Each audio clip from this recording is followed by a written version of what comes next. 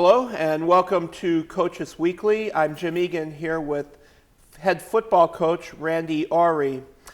And Randy, I guess with this past Saturday's game, the Cougars certainly had some opportunities early. The defense came away with a fumble recovery on the first drive of the game. Later on, early second quarter, one of your longer drives of the year, 78 yards. Unfortunately, only got a field goal out of it rather than a touchdown. And after that point, just got a little rougher as the day went on. Well, we had a couple of things happen, and they had that long kick return. They had an interception. And you can't give a good football team, and Benedictine is a good football team. You got to give them credit. You can't give them, 7 yards to score, or give them the ball inside the 20. That's just not the way you're going to win football games. And you can't make mistakes when you're done on that end of the football field. So we made a couple of crucial errors in that second quarter. First quarter, we were playing toe-to-toe. Second quarter, made a couple of mistakes. And then the rest of the day, we had to try to, get out of that hole. And then we started having some injuries, and that really caused a lot of problems, because when you lose one or two guys here and then 3 or 4, and all of a sudden everything just changes your special teams. It changes the number of reps everybody's getting. So think of it in a baseball term. It's all of a sudden you lost a bunch of pitchers, and you got one guy who's got to finish the game, and he's already thrown 75 pitches. He's not going to have that same stamina that he had at the beginning. So it really got our guys worn down by the end of the game. And it caused us not to be able to perform at our best. So definitely not our best game on a Saturday afternoon. But our guys played hard. They give everything they got every week, and I can't ask for more of that. We got a lot of young, good football players, and we've got one more game this week. We got our seniors. We got 12 great seniors, and we just want them to finish with a win and have a great week of practice.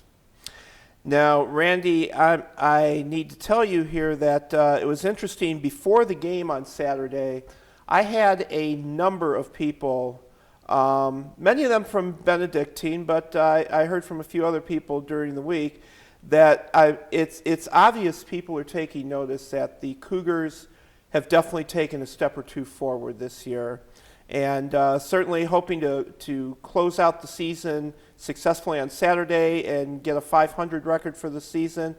And I guess even when you're going through a difficult game like last Saturday was, it's kind of heartening to be aware that other people are taking note of what's going on here and starting to see things on an upward slope. Well, we're very positive about the future of the program. We've got a lot of great young football players. They're good people. They're good athletes, great character. They're working hard in the classroom. They're working hard on the field.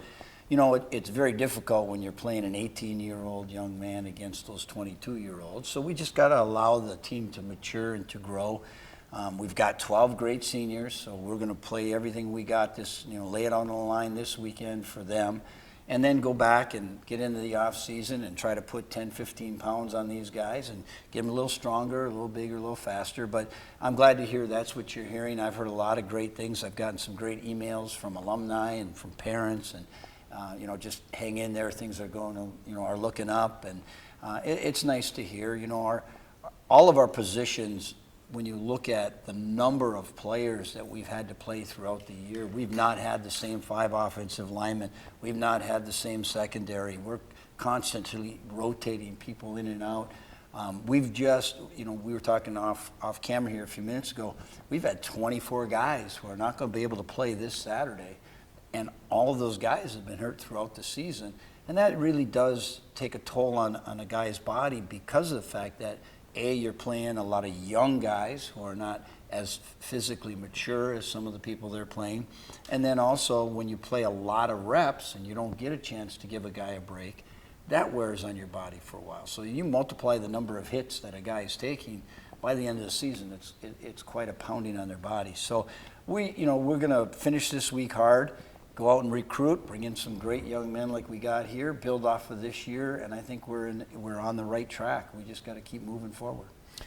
Now, speaking of great young men, we have to talk for just a minute about our athlete of the week from this past week, and that's Tim Barr, who late last week was named a academic all-district honoree, and that's going to give him a chance to go on the national ballot and become an academic all-American.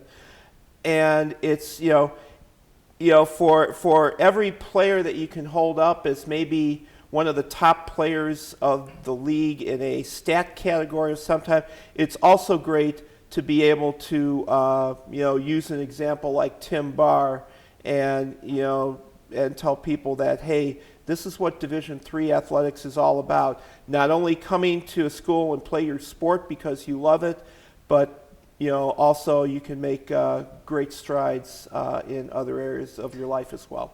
Tim Barr is a perfect student athlete, and he even brings more to the team and to this campus than anybody can imagine. Tim Barr makes everybody around them better.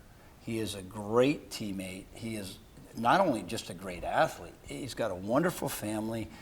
This young man is exactly what we are looking for. He's a 4.0 grade point average. He's going to be a teacher. He's going to be a phenomenal teacher and a coach. And I always tell him he's too smart. He should go do something else besides just be teaching. But he's a phenomenal young man. We're so proud of what Tim has been able to accomplish while he's been here. And as he moves on, there's no doubt in my mind, whatever he chooses to do, he's going to be tremendously successful. All right, now let's talk about the final game of the season coming this Saturday, Wisconsin Lutheran. We're going to play that one right here at home. And as you mentioned a moment or two ago, it's difficult right now, having lost the number of players to injury that we have during the season. But certainly there's still these guys, they're going to come out Saturday, lay it all on the line. Certainly you want to go into the off season on a positive note, and as you start to build for next year, I expect we'll see nothing but a phenomenal effort this Saturday. Yeah, we're already excited about the game because of the fact that it is our seniors' last chance to play at home. We love being at home. That's a huge advantage. We want people to come out, cheer these guys on. They've worked very, very hard for 4 years to be a part of this school, part of this program. They're all going to be graduating, getting degrees, moving on to another step of their life. But we want them to be with a big smile Saturday afternoon walking off that field. The game's at noon, so it's an hour earlier, so we definitely want as many people out there to cheer these guys on. And I know our guys are going to lay it all out. The one thing is our games are entertaining. They play very, very hard. They get after it. And it's just going to be a lot of fun to go out there and like you said, the weather this past fall has just been so awesome. To go out there and win a football game at home against WSC and to do it for these seniors is going to be a great thing to do. All right. Thank you for your time today, Randy. And the Cougars, again, at home this Saturday against Wisconsin Lutheran. Please remember the 12 noon kickoff, an hour earlier than usual. And if you cannot make it in person, go to our website at cucougars.com for links to the live coverage. For head coach Randy Awrey, I'm Jim Egan. Thank you for watching Coaches Weekly.